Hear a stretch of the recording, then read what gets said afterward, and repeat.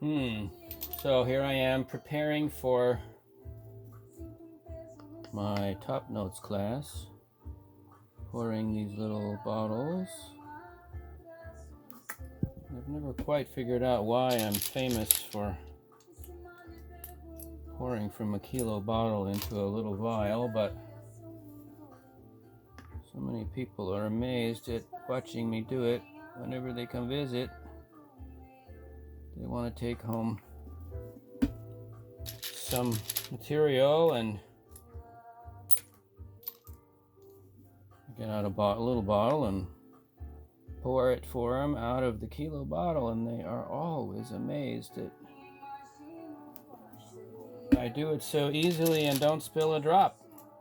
So that's what I'm doing, filling little 7 milliliter vials for my Topnotes classes. So I've got almost 20 materials that will be in the class, and I have to do this for all of them. I've got 2 done. This is my 3rd one. So all for today. Have a great day. Bye.